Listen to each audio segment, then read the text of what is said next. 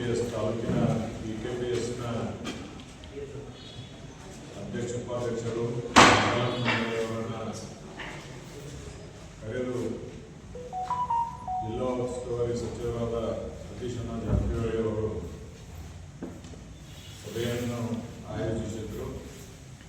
ಆ ಒಂದು ಸಭೆಯಲ್ಲಿ ಜಿಲ್ಲಾ ಮತ್ತು ಕೇಂದ್ರ ಮಧ್ಯವರ್ತಿ ಬ್ಯಾಂಕಿನ ನಿರ್ದೇಶನ ಸ್ಥಾನಕ್ಕೆ ನನ್ನನ್ನು ಚುನಾವಣೆ ಕಣದಲ್ಲಿ ಇರಿಸಿದ್ದಾರೆ. 3 ಜನ ಹಿರಿಯರು ಚರ್ಚೆ ಮಾಡಿ ಬಾಲಚಂದ್ರ ಜಾರಕಿಹೊಳಿ ಅವರು, ನಸರ್ ಜಿಲ್ಲೆ ಅವರು, ಜಿಲ್ಲಾ ಉಸ್ತುವಾರಿ ಸಚಿವರು ಈ ಒಂದು ನಿಟ್ಟಿನಲ್ಲಿ ನಾನು ಕೂಡ ಸುಮಾರು 18ನೇ ವಯಸ್ಸಿನಿಂದ ಕೋಆಪರೇಟಿವ್ ಸೆಕ್ಟರ್ದಲ್ಲಿ ಮೊದಲನೇದಾಗಿ KPS ಚೇರ್ಮನ್ ಆಗಿ 10 ವರ್ಷ ಕೆಲಸ ಮಾಡಿದ ಅನುಭವ ಇದೆ. ತದನಂತರ ಜಿಲ್ಲಾ ಕೋಆಪರೇಟಿವ್ ಹಾರ್ಟಿಕಲ್ಚರ್ ಸೊಸೈಟಿಯಲ್ಲಿ 5 ವರ್ಷ ಕೆಲಸ ಮಾಡಿದ ಅನುಭವ ಇದೆ.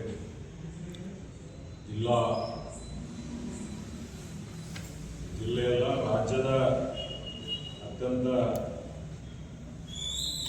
ಹೆಮ್ಮೆಯ ಸಹಕಾರಿ ಸಂಘ ಆದಂಥ NTC ಸಹಕಾರಿ ಸಂಘದಲ್ಲಿ ಕೂಡ ಡೈರೆಕ್ಟರ್ ಅಂತ ಕೆಲಸ ಮಾಡಿದ ಅನುಭವ ಇದೆ. ನಂತರ ಬಹಳ ದಿನ ನಿವೃತ್ತಿಗೆ ಬಿದ್ದಂಥ ಸಂಗಮ್ ಸಹಕಾರಿ ಸಕ್ಕರೆ ಕಾರ್ಖಾನೆಯಲ್ಲಿ ಸುಮಾರು 25 ವರ್ಷದಿಂದ ಉಪಾಧ್ಯಕ್ಷನಾಗಿ, ಸಂಚಾಲಕ ಆಗಿ, ಅಧ್ಯಕ್ಷನಾಗಿ ಹೀಗೆ ಕೋಆಪರೇಟಿವ್ ಸೆಕ್ಟರ್ನಲ್ಲಿ ಬಹಳಷ್ಟು ಆಸಕ್ತಿಯಿಂದ ಅಪ್ಪನಗೌಡರ ನ್ಯಾಯಿಯಾಗಿ 6ನೇ ಕ್ಲಾಸ್ನಲ್ಲಿದ್ದಾಗ SDVS ಸಂಘದಲ್ಲಿ ವಿದ್ಯಾಭ್ಯಾಸ ಮಾಡಬೇಕಾದ್ರೆ ನಮ್ಮ GS ಸ್ಟ್ರೈಕ್ ಕರೆದಿದ್ರು ಏನೋ ವಿಷಯದ ಬಗ್ಗೆ. ನೇರವಾಗಿ ನೋಡಿ ಅದೊಂದು ಮಾತು ಹೇಳಿದ್ರು, ನಾವೆಲ್ಲ ಸ್ಟ್ರೈಕ್ ಮಾಡ್ಕೊಂಡು ಬರಬೇಕಾದ್ರೆ, ನಾವೆಲ್ಲ ಕಲಿಬೇಕಾದ್ರೆ 4ನೇ ಕೆಲಸ, ನಾವೆಲ್ಲ ಕಲಿಬೇಕಾದ್ರೆ ಶಂಕೇಶ್ವರದಲ್ಲಿ ವಿದ್ಯಾಭ್ಯಾಸ ಮಾಡಬೇಕು ಅಂದ್ರೆ ಸಾಲಿ ಹೈಸ್ಕೂಲ ಕಾಲೇಜ್ ಆಗಲಿಲ್ಲ. ನಾನು ಶ್ರೀಗಳು ಭಾಳಷ್ಟು ಶ್ರಮಪಟ್ಟು ಒಂದು ಸಂಸ್ಥೆಯನ್ನು ಕಟ್ಟಿದ್ದೀವಿ. ಅದಕ್ಕೆ ಸ್ಟ್ರೈಕ್ ಮಾಡಿ ಗ್ಲಾಸ್ ಹೊಡೆಯೋದು, ಗುಂಡಿ ಮಾಡೋದು ಬಿಟ್ಟು ವಿದ್ಯಾಭ್ಯಾಸ ಮಾಡ್ರಪ್ಪ, ನಿಮ್ಮ ಆಯುಷ್ಯಕ್ಕೊಂದು ಒಳ್ಳೆಯ ಮಾರ್ಗ ಸಿಗ್ತದಂತ ಹೇಳಿ ಆ ಒಂದು ಅವರು ಮನೆಯಲ್ಲಿ ಆ ವಿಷಯದ ಬಗ್ಗೆ ಚರ್ಚೆ ಮಾಡಿದಾಗ ಅವರು ಏನೇನು ಮಾಡಿದ್ರು, ಹೆಂಗೆ ಮಾಡಿದ್ರು ಅನ್ನೋಂಥ ವಿಷಯಗಳನ್ನ ಆಗಾಗ ಮನೆಯಲ್ಲಿ ನಮ್ಮ ತಾಯಿಯವರು, ನಮ್ಮ ತಂದೆಯವರು ಹೇಳ್ತಿದ್ರು. ಅದೇ ಆದರ್ಶ ಇಟ್ಕೊಂಡು ಬಂದವರು ಕೋಆಪರೇಟಿವ್ ಸೆಕ್ಟರ್ದಲ್ಲಿ. ಈಗಾಗಲೇ ತಮಗೆ ಗೊತ್ತಿದ್ದಂಗೆ ಸಂಗಮ್ ಸಹಕಾರಿ ಸಕ್ಕರೆ ಕಾರ್ಖಾನೆ ಯಾವ ಸ್ಥಿತಿಯಲ್ಲಿತ್ತು, ಸುಮಾರು 20 ವರ್ಷಗಳ ಕಾಲ ಆ ಒಂದು ಹೋರಾಟ ಮಾಡಿ ಬಂದು ಬಿದ್ದಂಥ ಒಂದು ಕಾರ್ಖಾನೆಯನ್ನು ಎಲ್ಲರನ್ನು, ಸಂಚಾಲಕ ಮಂಡಳಿಯವ್ರನ್ನು, ಸನ್ಮಾನಿತ ಎಲ್ಲ ಸದಸ್ಯರನ್ನು ವಿಶ್ವಾಸದಲ್ಲಿ ತೆಗೆದುಕೊಂಡು ಕೋರ್ಟು ಕಚೇರಿ ಎಲ್ಲ ಮಾಡಿ ನಡೆಸಿ ವ್ಯವಸ್ಥೆಗೆ ಒಂದು 5 ವರ್ಷ ನಡೆಸಿದ ಅನುಭವ ಇದೆ.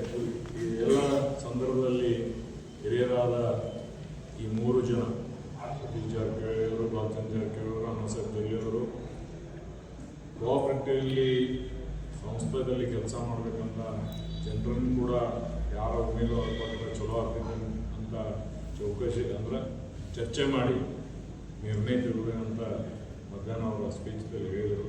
ಆ ಒಂದು ನಿರ್ಣಯದಲ್ಲಿ ದೊಡ್ಡ ಒಂದು ಜಿಲ್ಲೆಯ ದೊಡ್ಡ ಬ್ಯಾಂಕ್ ಆದಂಥ ಕೋಆಪರೇಟಿವ್ ಸೆಕ್ಟರಲ್ಲಿ, ದೊಡ್ಡ ಬ್ಯಾಂಕಿನಲ್ಲಿ ನಿರ್ದೇಶಕನಾಗಿ ಕೆಲಸ ಮಾಡುವಂಥ ಅವಕಾಶ ಕಲ್ಪಿಸಿದ್ದಾರೆ. ಈ ನಿಟ್ಟಿನಲ್ಲಿ ರೈತರಿಗೆ ಕಮ್ಮಿ ಬಡ್ಡಿ ದರದಲ್ಲಿ ಸಾಲ ಕೊಡುವುದಾಗಲಿ, ರೈತರಿಗೆ